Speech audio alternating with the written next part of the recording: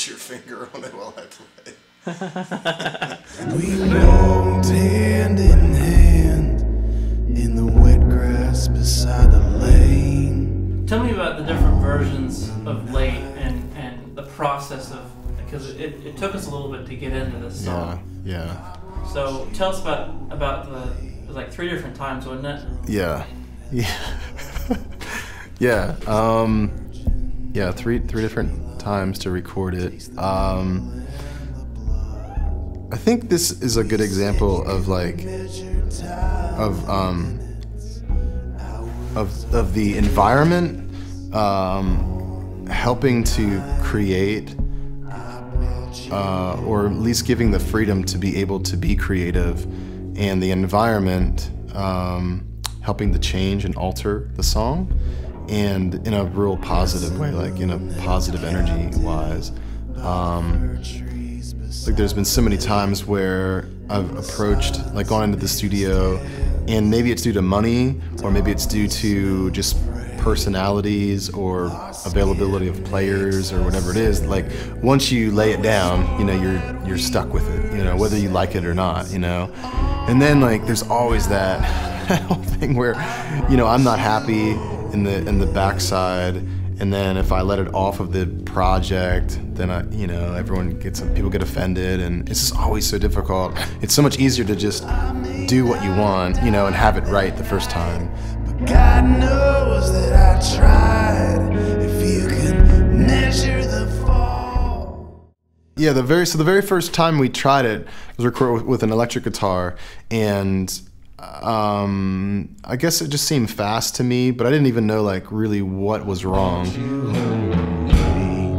I brought you home late. We were drunk on heaven's love. Kiss the virgin, walk the tree line, taste the metal and the blood. We said you couldn't measure time. You said go back over with there. Like that. I don't know. What do you hear? I don't know. What am I getting just a rough scratch vocal on it? Yeah. I think I feel better like knowing what can kind of like where she'll go. Mm-hmm. Yeah, let's do that. Let's do a scratch vocal real quick. So we burned rough copies, and just listening to it over the week or whatever, it was like this really scary phone call to make, because I didn't know like how Ryan would take it, in saying like, hey, I'd like to just completely dissect this song and scrap it and start all over again. So called, and like it was a good feeling to like have somebody else just say, hey, let's do it right, you know, let's just get it right, and if it doesn't really matter, we'll just scrap it and come back and do it again. So that made me feel really good, and made me feel like, you know, I mean, obviously it's like, well, there's a person that you can really trust, you know, like sees the art in it and sees the I guess like the weight of all of this, you know, like I spend years writing something. I don't know how long it took me to actually finalize this song, you know, in the writing process, but it was I probably started working on it maybe 2 years prior, you know, and it's just been like 2 years of like not really laboring over it, but just allowing the song to come out, you know, and allowing it to form itself and to become what it is. And then to like end up taking the time to actually record it and track it, and then never be happy with it, you know, and so it was just really nice to have the freedom to know that like we can go back in and start all over again, and that was cool, and there was no hard feelings, and there was no like anything weird about it, you know. So we came back and changed the guitar tone, and I still wasn't happy with it. We walked hand in hand in the wet grass beside the lane. On the night I brought you home late. When I brought you home late, we were drunk on heaven's love. Kiss the virgin, walk the tree line, taste the metal and the blood. We said you couldn't measure time in minutes, hours or days. On the night I brought you home late.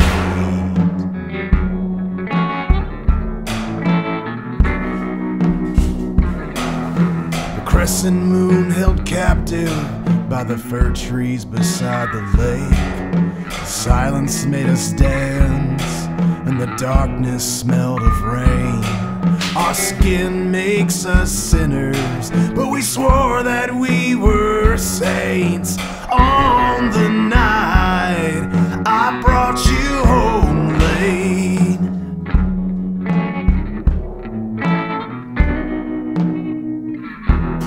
Well, I may not have died that night, but God knows that I tried. If you can measure the fall, you can see how high the climb. And then I like made the phone call again, and I had an idea of what I wanted to try with it. So we set up just a kick drum in a barrel, or put the barrel, like the kick drum, inside the 55-gallon drum, and mic'd that up. And I played a bass guitar, which I don't even know anything about playing a bass. And it was a 5-string bass, which isn't something that, like, I kept getting lost on it.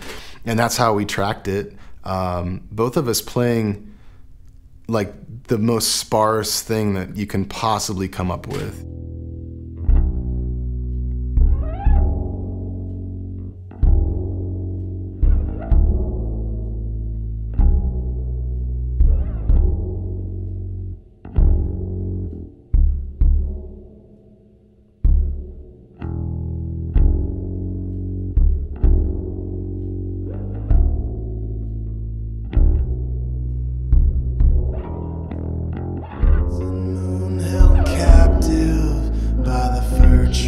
Beside the lake, and the silence made us dance. The darkness smelled of rain, and our skin makes us sinners, but we swore that we were saints. On the night I brought you home late.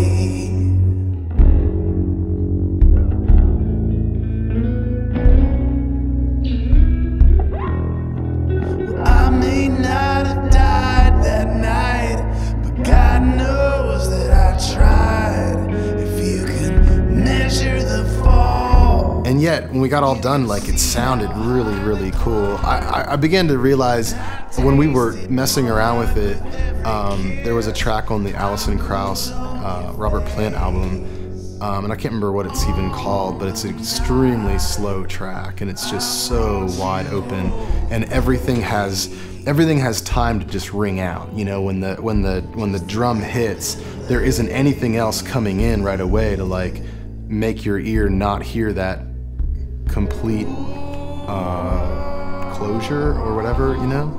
So, and I felt like we really had that, you know, like that was the elements of the song that I was really hanging on to, was that kick drum inside the barrel. And I love that sound, I love the tone of it, and all the weird overtones that we were getting.